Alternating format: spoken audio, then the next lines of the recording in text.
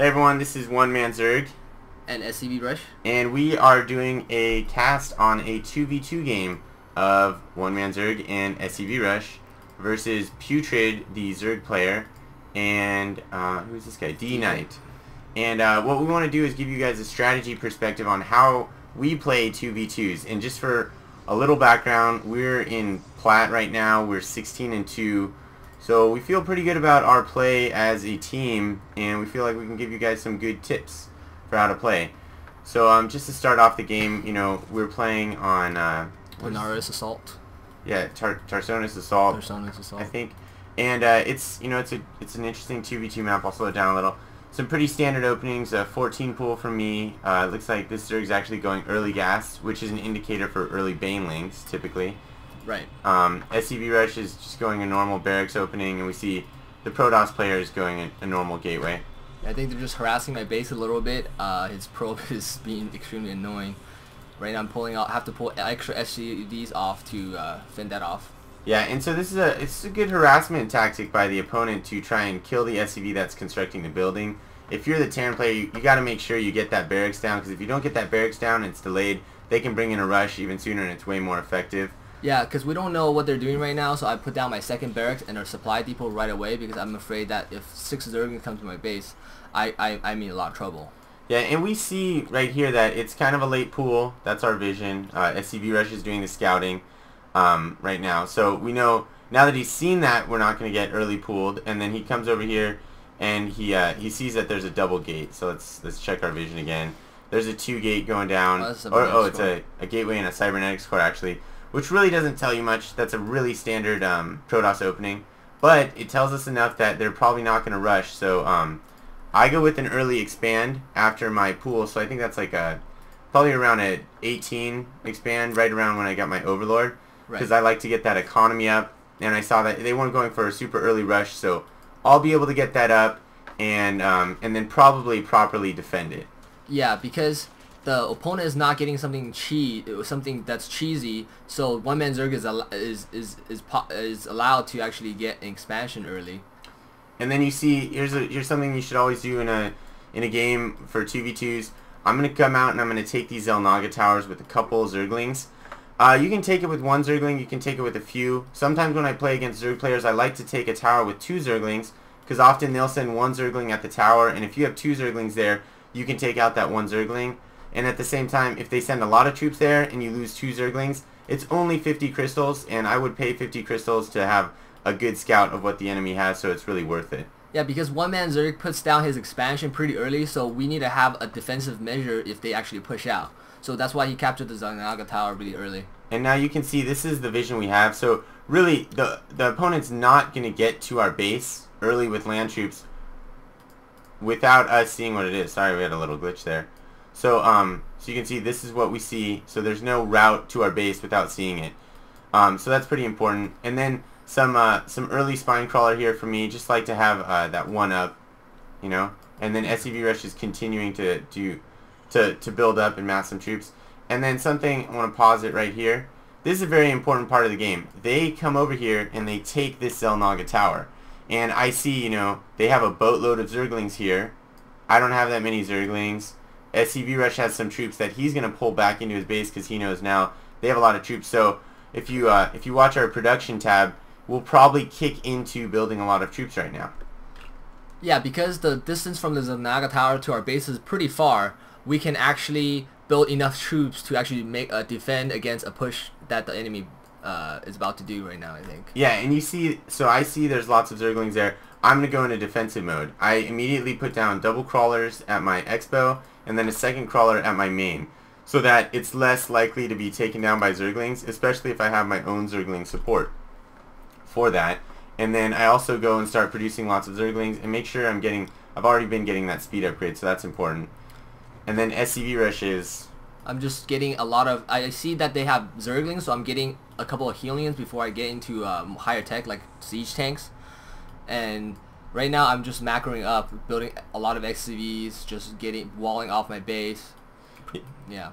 Yeah, and then we see they actually just ran through here, so we saw some Zerglings were moving there.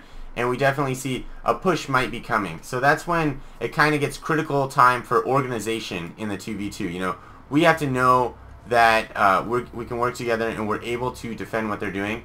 And then this is another thing I want to point out. As a Zerg player, this is something I can do, is I can bring out my creep tumor. So early I sacrifice one larva round to throw in a creep tumor, and then in throwing down that creep tumor I get to expand it, put it in this middle, and then you can really see that we get some extra vision from that, as well as I get some speed and capabilities to maybe eventually move my spine crawlers around. So let's continue to watch and see what happens. And then SCV Rush stays in a defensive posture until necessary, because this distance between our bases is really close, and there's no need for us to come out together right now, right here. Yeah, one thing to keep in mind in a 2-on-2 is that you have to have the position for both of your armies, you and your teammates. So it's really essential to meet up at the right time and defend your base. Yeah, and so since we're on such a small map, he can stay right here, and then if I get attacked, he can come and, you know, really be there in a few seconds. Not a big deal. But if this is a different map where, say, his entrance is, you know, way over here and my entrance is over here, we're going to need to coordinate our timing and have better scouting so that we know, hey, you need to start moving over to my base when the opponent is about to hit my base, because we don't want to go with two 2v1s. We want to go with 1 2v2. That's very important for your fights. So they're coming in right now, and then I see Zerglings, so I go at them Zergling on Zergling. And then as soon as I see those Banelings, I really want to get out. Those Banelings are game changers if it's Zergling versus Baneling. And so I pull back to my spine crawlers. It's a pretty defensive posture. And then this is a critical decision time in the game. They're attacking us. They have a pretty strong counter to my army. Right. Extremely strong, really. And then SCV Rush has a decent unit composition to counter them. He has a few Hellions, but he does have light units versus Banelings, so not necessarily optimal.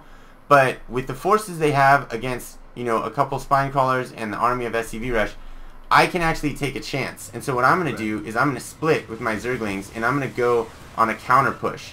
This is really an important strategy to use in 2v2s, because you can have that flexibility if you have a little bit of static defense, and then it puts them on their heels, not just having you on your heels. So you can see my Zerglings are going to push in on his base, which is less defended. And then let's pause it real quick.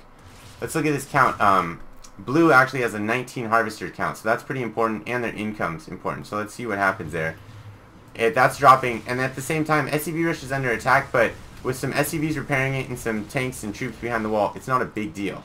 Because I know that one-man Zerg has a lot of defense, and I have a wall off, you know, in front of my base. So I know that our base is going to be okay while one-man Zerg does a lot of damage to the blue player. Yeah, and then Blues actually moved some troops back, and now they're bringing these troops back, and that's giving me the flexibility to attack this Protoss army in the middle. And once again, on that creep, easily to get that surround, and once you get that surround, your Zerglings are most effective. So the counter push pulled some troops away, let us reestablish our own defense in the middle a little bit, and then this is something important too. I want to spread my creep tumors, but I don't want them to get killed. So after we successfully push out, drop a new creep tumor here, giving it time to fully develop, so then it's cloaked again.